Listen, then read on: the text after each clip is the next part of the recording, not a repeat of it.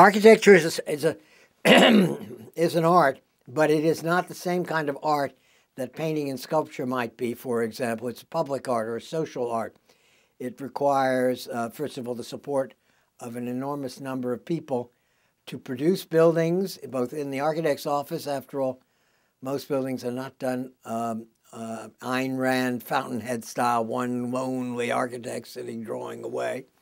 It requires many collaborative professionals. It requires money, which we can sum up as the client, and it requires the public support, usually, so that buildings can be built within the larger constraints.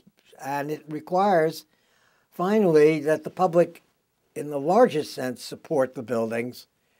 Otherwise, why build them? You can't just build them for your own personal pleasure. You can if you're Philip Johnson, you build a house out in the country in New Canaan, then you do your own thing. When does it? It almost always be thought of as a work of art, but a social work of social art. There are all kinds of art, as I suggest.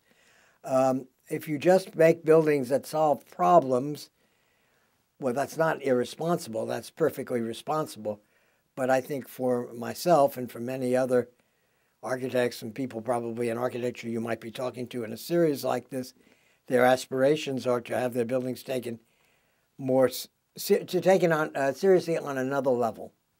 But I do find that in the current scene, too much emphasis is being placed on artistic expression, independent, in my view, often of good urbanism or even functional response or tectonic responsibility.